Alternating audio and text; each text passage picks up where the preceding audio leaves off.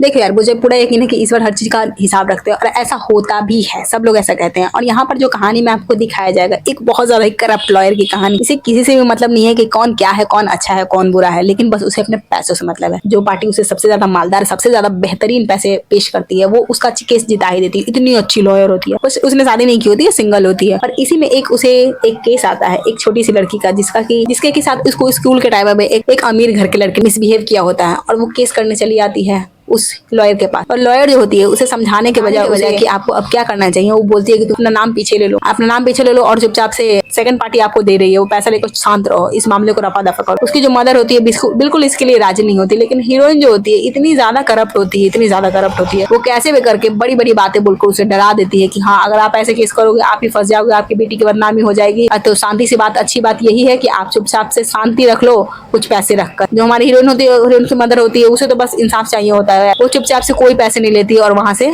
चली जाती है। और पहले अब हीरोइन उसकी साइड क्यों ही ले रही है, बिकॉज हीरोइन को पहले से ही मोटा पैसा मिल चुका होता है उस पार्टी की तरफ से, यानी कि उस अमीर लड़के की तरफ। और कहानी में यहीं पर आपको एक बात जबरदस्त वाली टर्निंग देखने को मिलेगी। जो हमारी हीरोइन होती है वो जा रही होती है रास्ते से, उसकी गाड़ी का एक्सीडेंट हो जाता है और वो पहुंच जाती है ऐसे जगह पर जहां पर की लोग काउंटर लगे होते हैं, ढेर सारे काउंटर लगे होते हैं। हीरोइन भी अपना कूपन लेकर काउंटर के पास जाती है, उसके पास एक कूपन होता है, पता नहीं कहाँ से आया होता है, आप देखकर बताना। तो वो जाती है काउंटर पे, तो काउंटर पे उसको बताया जाता है कि आपकी अभी कोई जगह नहीं है। उसे मेन ब्रांच में लेके जाता है जहां पर की सारे पता चलता है कि मृत्यु के बाद किसको कहाँ ले जाना है, वहां पर लेके जाया जाता है। तो वो बताते हैं कि सॉरी, हमसे गलती हो गई, जो आपका अभी समय नहीं आया था, लेकिन हमने आपको अभी उठा लिया। 7 दिन बाद आपकी मौत होने वाली थी, हमने 7 दिन पहले उठा लिया। इसके लिए हम आपको एक ऐसी बॉडी में भेजेंगे, आप जिंदा तो रहोगे, सारी मेमोरी रहेगी, लेकिन ऐसी बॉडी में भेजेंगे जो कि 7 दिन बाद उसकी मौत होने वाली है। तो आपको चुपचाप से शांति से वो 7 दिन व्यतीत करना है, जो कि आपके नहीं है, मतलब किसी और के है। और 7 दिन बाद उसका टाइम खत्म होने वाला, हमने गलती से आपको उठा लिया था, जबकि हमें उसे लेना चाहिए। हीरोइन चुपचाप से मान जाती है, चली जाती है दूसरे को बॉडी में, जो कि सेम शकल, हीरोइन का सेम शकल होता है और एक अब हुआ होता है, यानी अब उसको री बर्थ बोलेंगे ना यार, दोबारा उसको जन्म मिला। उसका एक ऐसी फैमिली में दिखती है कि वो अब एक माँ भी है, उसके दो बच्चे हैं, एक बड़ी बेटी है, एक छोटा सा बेटा होता है जो कि बहुत प्यारा होता है, एक हस्बैंड होता है जो कि बहुत ज्यादा ही बोलोगे बहुत अच्छा इंसान होता है, बहुत अच्छा, एकदम करप्ट तो बिल्कुल नहीं होता, बहुत अच्छा इंसान होता है, कभी भी गलत काम नहीं करता। और वैसा फैमिली में इसका जन्म होता है। लड़की देख के परेशान हो जाती है, अरे ये क्या है, क्या। वो अपने लॉ फॉर्म भी जाती है जहाँ पर वो पहले lawyer as a lawyer work करती थी, वहां पर जाती है, लेकिन वहां पर उसे कोई पहचानता भी नहीं है, कोई नहीं उसे जान रहा होता है। वहां से फिर परेशान होकर घर चली आती है। उसको अजीब लग रहा होता है ऐसी लाइफ जहाँ पर बच्चे हैं, क्योंकि उसने तो शादी ही नहीं की थी, और यहाँ पर दो बच्चे हैं, जो कि इसको कहानी मतलब कि बहुत ज्यादा अमीर फैमिली भी नहीं है, एकदम मिडिल फैमिली इसको बोल सकते हैं, मिडिल क्लास फैमिली है, वैसे फैमिली में ये सर्वाइव कर रही होती। छोटा बच्चा जो होता है वो पहचान चुका होता है कि इसकी मदर नहीं है, उसे कहीं ना कहीं तो शंका हो गई होती कि इसकी मदर नहीं है, बिकॉज उसकी बात करने के तरीके में, उसके प्यार करने के तरीके में बहुत बदलाव था। अब हमारी हीरोइन भी चुपचाप से उससे सारी कहानियां बता देती है कि मैं तुम्हारी मम्मी नहीं हूँ, 7 दिनों बाद तुम्हारी जो है मम्मी वापस आ जाएगी और मैं चली जाऊंगी, मैं यहाँ पर बस ऐसे टाइम टेबल करके ऐसे मतलब जो भी कहानी होती है वो सारे छोटे बच्चे को बता देती है। और छोटा जो बच्चा होता है उसकी मदद करता है, और घर में जितने भी लोग हैं उनकी अपने मनपसंद के जितने भी खाने हैं वो सब बता देता है कि मम्मी पापा को जो है ये पसंद है, जो हमारी दीदी है उसको ये पसंद है, मुझे ये पसंद है, आप ये सब बनाना। और अगले शाम में क्या होती है, हीरोइन यही सब खाना बनाती है। वो खाना तो बनाई नहीं होती है, मतलब कि पहले वाली लाइफ में नहीं बनाए होते, तो खाना उतना बेटर नहीं बनता। सब बोलता है कि खाना उतना ज्यादा टेस्टी नहीं लग रहा, तुम चुपचाप से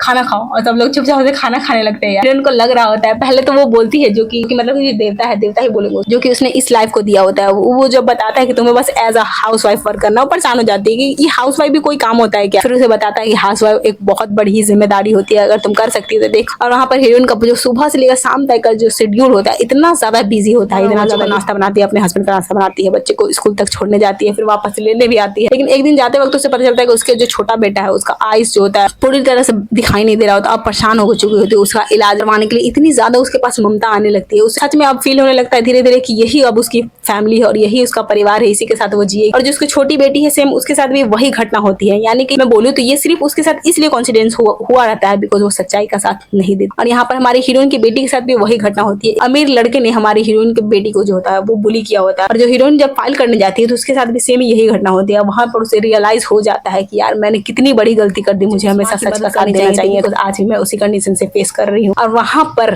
हीरोइन को रियलाइज हो जाता है, और वही हमारी हीरोइन का लास्ट दिन होता है। अब तो वो जो देवता होता है उसे लेने आ जाता है कि चलो अब तुम्हारा समय खत्म हो चुका है इस फैमिली को। लेकिन हमारी हीरोइन को कहीं ना कहीं अटैचमेंट हो गई होती है उस फैमिली से, और वो बोलती है कि लास्ट बार मैं इन सबको देखना चाहती हूँ। और फिर लास्ट बार सभी से मिलने के बाद, गले मिलने के बाद हीरोइन जो होती है अपने अगले सफर पर, यानी कि अगले सफर पे निकल गई होती है। अगले सफर में निकलने के दौरान उनसे जो पता चलता है कि जो इंसान उसे लेने आया है वो उसका फादर ही, जो हमारी हीरोइन होती है वो उसे सिर्फ उसकी मम्मी ने पाला होता है। उसके पिता जो होते कहीं चले गए होते, लेकिन उनकी मौत हो गई होती है इस दौरान। ये तो बात उसी उनको पता ही नहीं, और बाद में पता चलता है जो लेने आया वही उसका पिता ही होता है। और यहाँ पर ऑल ओवर कहानी जो होगी क्लियर होगी। और उसके बाद जब हीरोइन जब अपने लाइफ में, रियल वाले लाइफ में जहाँ पर कि वो वकील है, उसमें पहुंच जाएगी, तो हीरोइन को वो बहुत ढूंढने की कोशिश करती है ऐसे परिवार को, आसपास के लोगों से भी पूछती है, लेकिन उसका बोलता है कि ऐसा तो कोई परिवार नहीं, ऐसा तो कोई परिवार नहीं। यानी कि बेसिकली ये वाला जो खेल था वो हमारी हीरोइन के साथ ही बस खेला गया था। ऐसा कुछ बस सब हीरोइन को सबक सिखाने के लिए, बस ये बात रियलाइज करवाने के लिए कि क्या गलत है क्या सही, यही याद दिलाने के लिए इतना बड़ा जो था कैरेक्टर बनाया गया था, इतना सारे लोग बनाए गए थे, जो कि हीरोइन अब उसकी गलती का एहसास हो गया होता है। अब वो अच्छाई के लिए काम करती है, और सारे लोग उसके लॉ फर्म के जितने भी थे वो सब उसमें ये क्लियरली बदलाव देख पा रहे थे। वो कह रहे थे कि सच में इसमें बहुत बड़ा बदलाव आया है। अब वो हमेशा अच्छे लोगों के लिए काम किया करती। और जब एक दिन वो प्लेन से सफर कर रही होती है, तो वही एक लड़का जो कि उसके इस लाइफ में उसका हस्बैंड दिखाया गया था उस लाइफ में, वही उसको मिलता है और वो बताता है कि मैं तुम्हारा ही क्लासमेट था और मैं तुम्हें चुपके चुपके पसंद भी किया करता था। हीरोइन तो समझ जाती है अरे यार ये तो वही सिग्नल हो गया हमारे लाइफ का, जो कि मैंने जो हीरोइन के साथ जो बीता था वो शायद उसका फ्यूचर। हीरोइन से